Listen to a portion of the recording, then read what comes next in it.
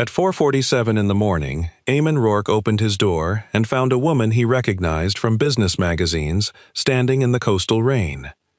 Corinne Ashby, chief executive of one of the country's largest marine safety companies, held a weathered ashwood case marked with the same small compass symbol his late wife used on private drawings.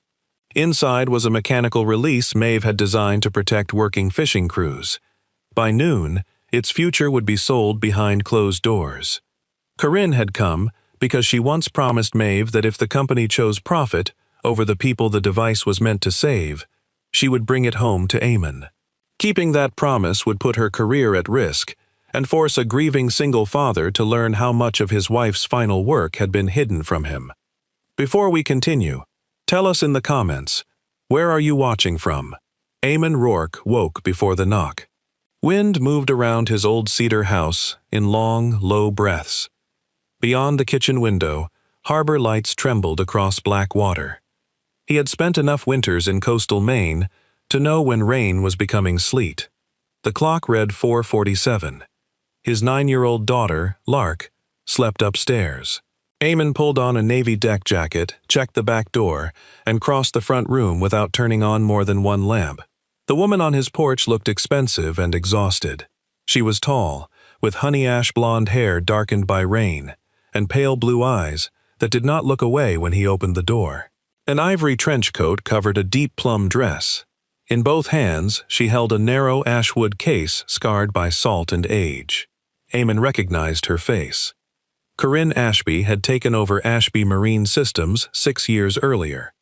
Her company built rescue beacons, deck controls, and emergency release equipment for commercial boats. Eamon repaired wooden working vessels and occasionally installed the company's hardware when owners could afford it. They had never met. Then he noticed the symbol burned into the case. A compass rose with one missing point. Maeve used to draw it beside unfinished ideas. Eamon did not invite Corinne inside. "Where did you get that?" Corinne tightened her grip on the handle. "Your wife gave it to me." Maeve had been dead for 3 years. The words landed without drama. Eamon simply became aware of every inch between himself and the sleeping child upstairs. "You need to explain that from the porch." Corinne nodded. Rain collected on her lashes. She had known Maeve at the Rhode Island School of Design, where Maeve studied marine systems and Corinne studied industrial management. Years later, when Corinne was trying to build a safer deck winch division, Maeve became an independent consultant. Eamon knew about the consulting work. He did not know the women had remained close. Maeve had designed a mechanical emergency release for small fishing boats. If a hauling line fouled or pulled a crew member toward the rail, one downward movement could separate the drive before the electronic controls finished reading the load. The device used no software and could be installed on winches already working in older boats. It was simple enough to be affordable. That was why the company buried it. Ashby Marine had invested in a premium electronic system sold to large fleets. Maeve's retrofit would have competed with it at a fraction of the price. The board agreed to preserve the mechanical design for future development, then placed it in an internal archive. Corinne had signed the agreement. "Maeve was sick by then," Corinne said. "She asked me for one thing. If they ever tried to sell the design in a way that shut working crews out, I was to bring the original prototype to you." Eamon looked at the case. "And you made her that promise?" "Yes." "Why are you keeping it at 5 in the morning?" Corinne absorbed the question. At 10 that day, the board planned to approve an exclusive licensing sale to a luxury yacht equipment group. The buyer wanted the mechanical geometry as backup protection for a high-priced automated winch. The contract would lock the core design away from independent boatyards for 12 years. Maeve's name appeared only in a confidential appendix. Corinne had objected. The board's chair, Graham Pike, reminded her that the premium division carried heavy debt and the sale would protect 400 jobs. He was not inventing the pressure. Ashby Marine had lost 2 major fleet contracts and could not ignore the money. But Corinne had found something during final review. Maeve's consulting agreement reserved a non-exclusive affordable use license if the design passed an independent small vessel test. No test had ever been completed. The last safe harbor testing window before the vote opened at 6:15. Corinne had the prototype. Eamon had the field skill to inspect and rig it. A certified marine surveyor was willing to observe if they reached the yard before sunrise. "You want me to help you stop your own company?" Eamon said. "I want you to help me find out whether Maeve was right. If she was, the company has to honor the clause. And if she wasn't, then I will tell the board that too." That answer sounded like Maeve. Eamon finally opened the door wider. Corinne stepped into the mudroom and placed the case on a bench. Her hands shook after she released it. Eamon could not tell whether the cold or the promise caused it. The brass latches opened with resistance. Inside lay a compact assembly of bronze, stainless steel, and dark red composite. The cam lever fit beneath Eamon's palm, as if someone had measured the reach of a person wearing wet gloves. A folded drawing rested beneath it. Maeve's pencil lines were unmistakable. So was the empty space where a curved bronze spring should have been. Eamon lifted the unit carefully. "This is incomplete." Corinne went still. "It was sealed when I removed it from the archive. Then it was sealed without the spring." A floorboard creaked above them. Lark appeared on the stairs wearing red pajamas, one hand closed around her mother's old brass pocket compass. She looked at Corinne, the open case, and her father's face. "Is something wrong with Mom's machine?" Eamon had never told her there was a machine. Lark walked down and opened the compass. A tiny pencil mark crossed the brass rim at 17 degrees. "Mom said this was the angle that lets go," she said. Corinne sat down hard on the mudroom bench. Eamon looked from the marked compass to the unfinished cam. The missing spring was not the only part of Maeve's design someone had changed. Eamon carried the prototype into his boatyard workshop before sunrise. The building smelled of cedar shavings, linseed oil, and cold iron. Half-restored lobster boats rested beneath high rafters. Rain ticked against the corrugated roof. Lark stayed with Eamon's older neighbor, an overnight nurse who had helped since Maeve's illness. Before leaving, the child placed the brass compass beside the ashwood case. "Don't lose the angle," she told him. Corinne watched her go.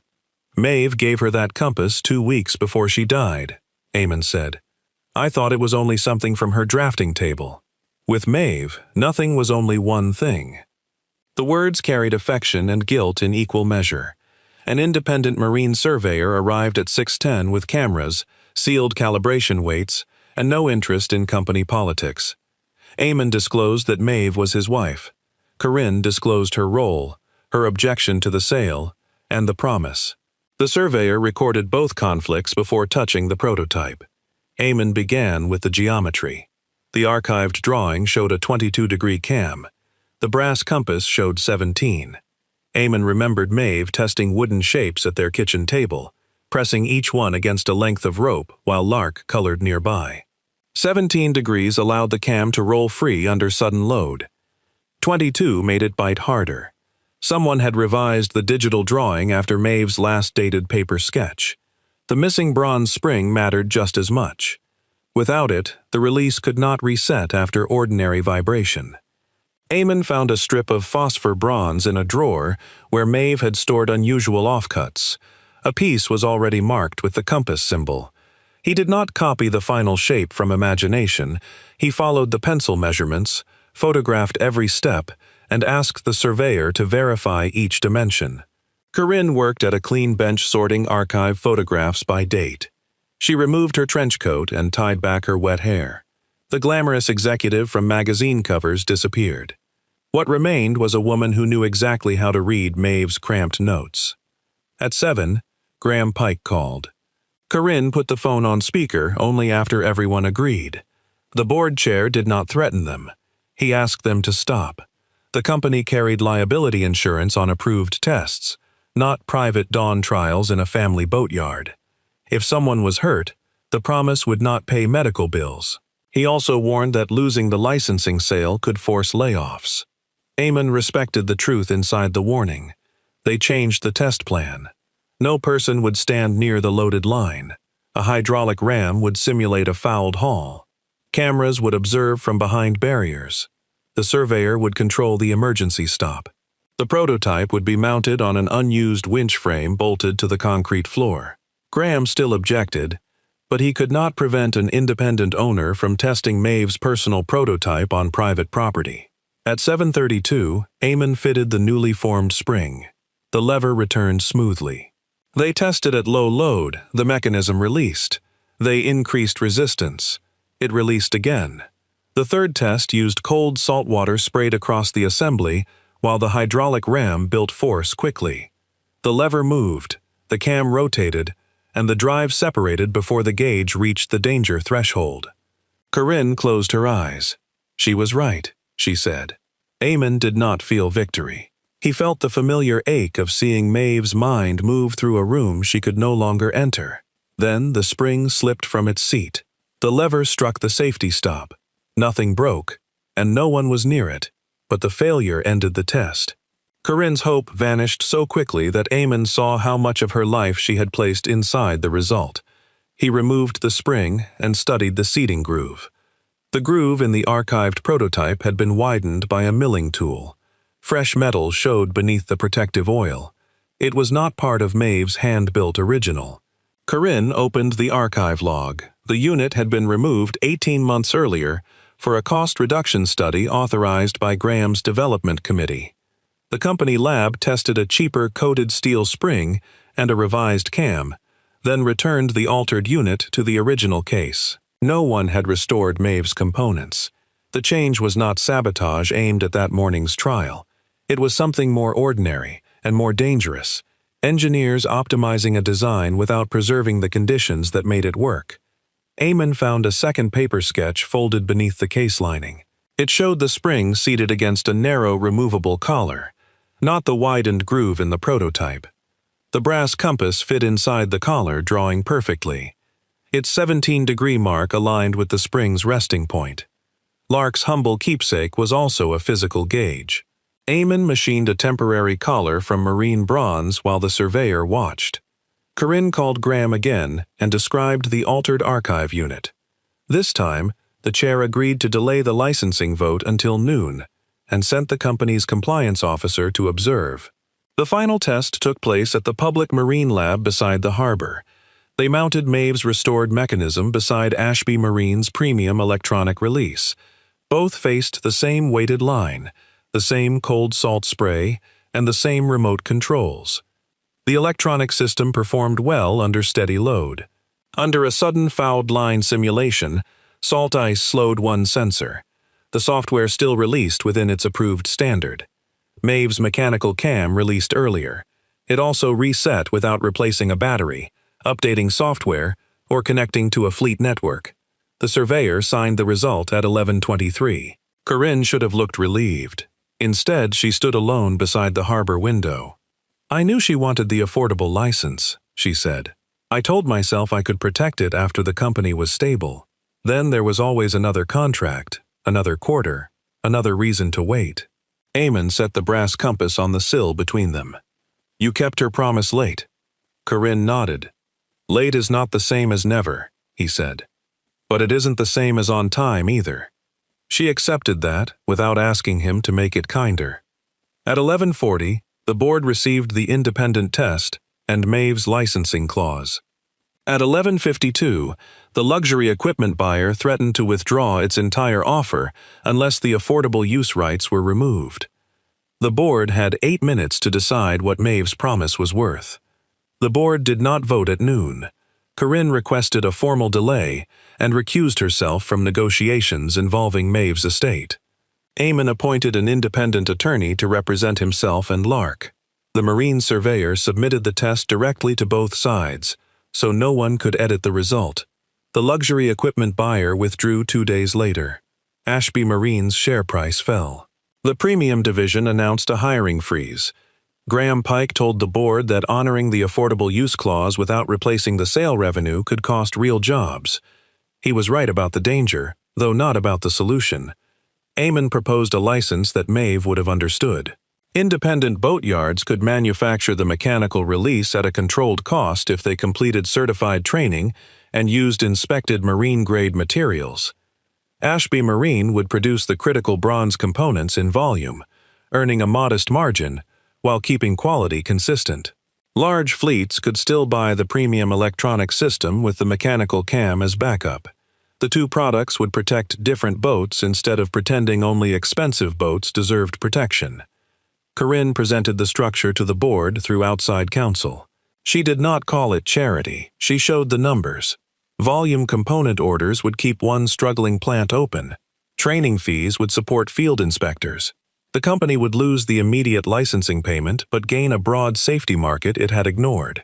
Graham asked hard questions for 3 hours, then he voted for it. The board also commissioned an audit of every archived prototype changed during cost reduction studies. The development committee had followed incomplete procedures, but investigators found no plan to steal Maeve's work or injure anyone.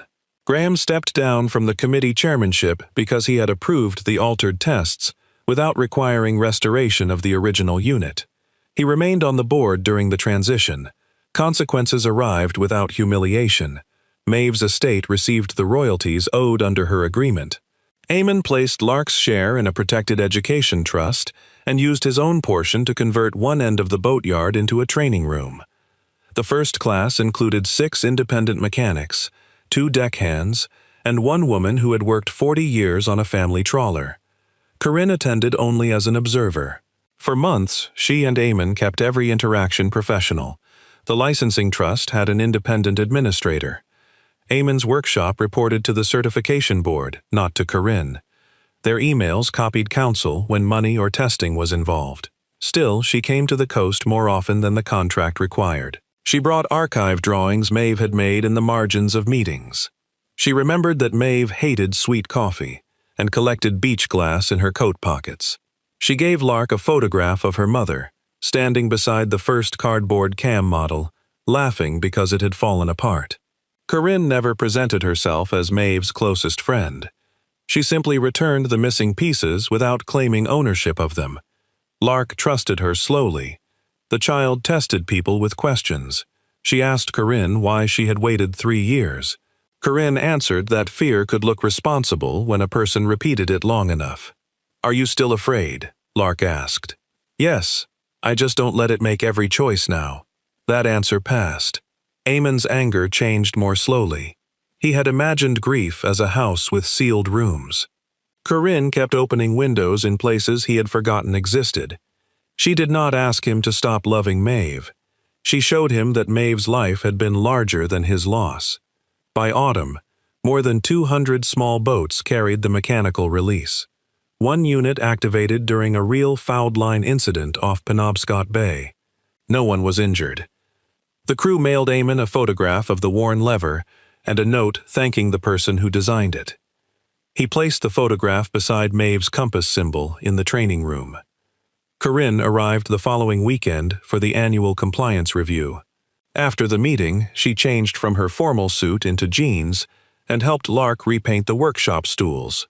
A streak of blue paint crossed her cheek. Eamon laughed before he could stop himself. Corinne looked offended for half a second, then laughed too. Nothing dramatic happened that day.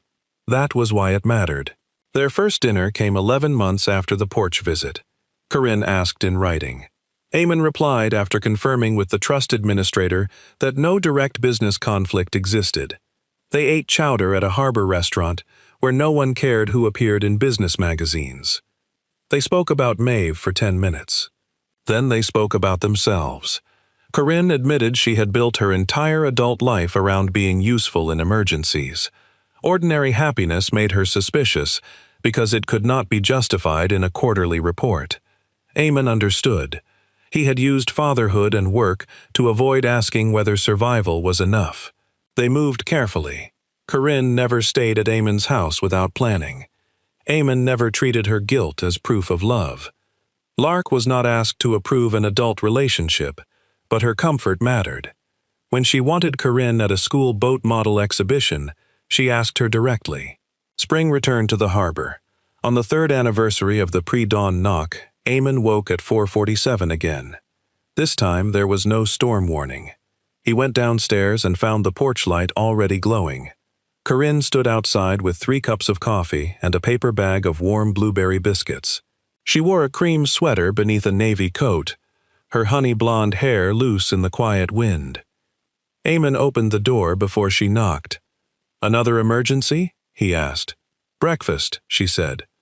"I am trying to expand my range."